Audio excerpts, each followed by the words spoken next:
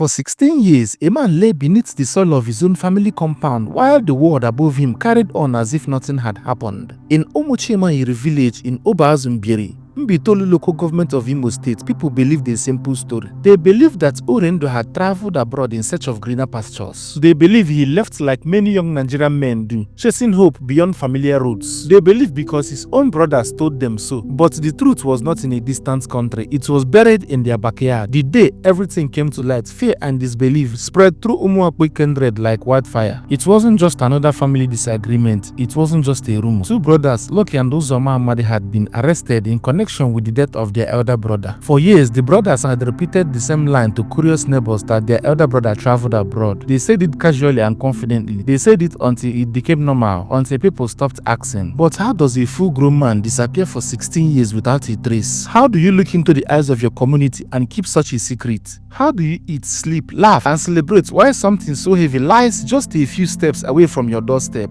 When the truth began to surface, angry youths in the community could not contain themselves. They stormed the compound and forced the suspects to dig the shallow grave. And as the shallow grave was opened, what remained of Orindu told a silent story. The moment was painful, raw, and chaotic. The crowd demanded justice. It took the officers from the Mbieri Divisional Police Headquarters, including the divisional police officer, to arrive in time and prevent the situation from escalating further. The remains were recovered and the brothers were taken into custody. But even as the dust settled, some questions refused to rest. Why would two brothers turn against their own elder brother? During interrogation by members of the community, one of the brothers reportedly made a shocking claim. He said their elder brother had caused their father's death years back. According to him, there was a violent confrontation. He alleged that Orindu attacked their father with a cutlass and weeks later their father died from the injuries. If that was true, why wasn't justice pursued through legal means? The brother claimed they reported the incidents to the police and Orindu was arrested and transferred to a correctional facility. But he later returned home, and when he came back, they said he was different, more aggressive and more unpredictable. He allegedly attacked their mother in trying to defend her. One of the younger brothers said he sustained deep cuts on his finger. They claimed they reported this behavior to the community youths, but no concrete action was taken. They said something even more disturbing. They claimed they locked him inside a room in their home because they feared for their life, but he later fell ill and died from that illness. But if that was what truly happened, why was there no report to the police? Why was there no call to the kinsmen? Why was there no proper burial, no public mourning, no acknowledgement that a life had ended? Instead, they buried him quietly in a shallow grave inside their own compound, and for 16 years they said nothing. In many Nigerian communities, land disputes and family inheritance issues have torn siblings apart.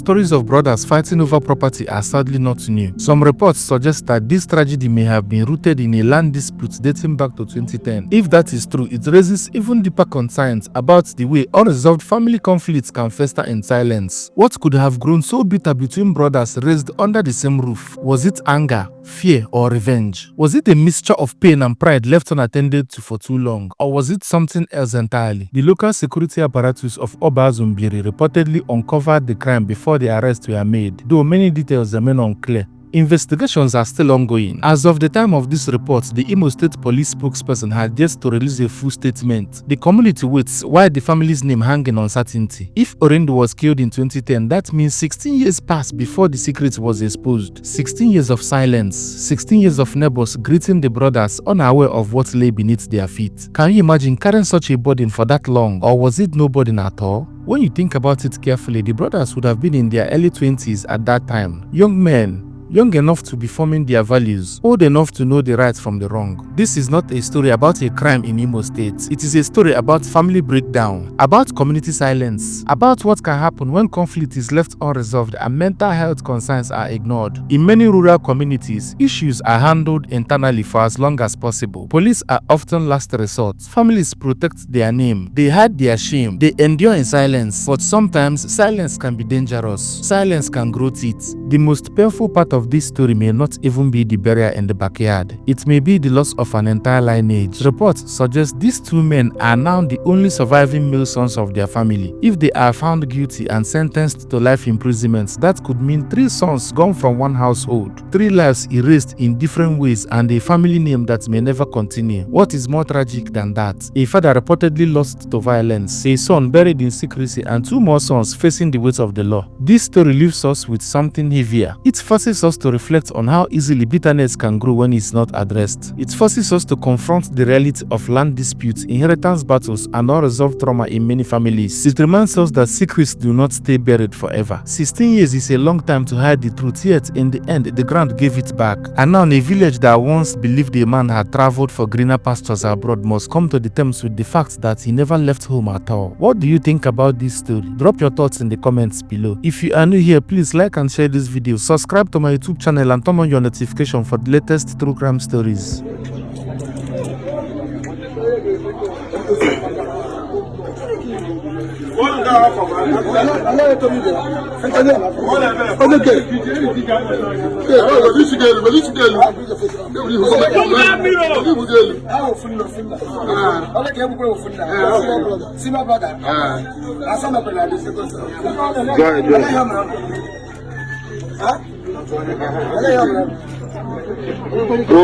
Buka. You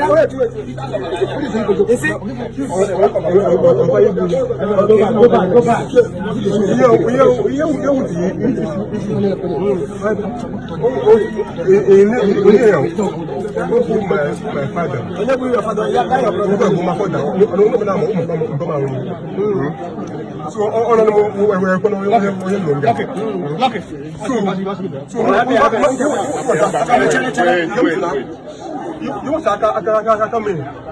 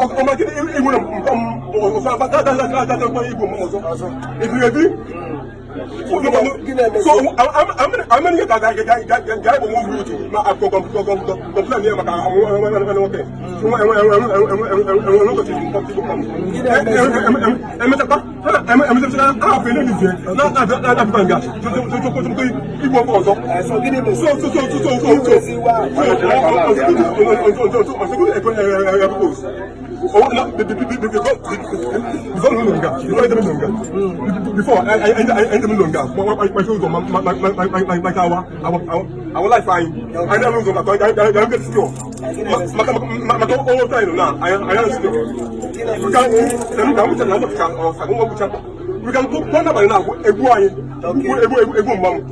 So avoid here. Avoid problem. So we are able. That's I am okay. I don't know. I don't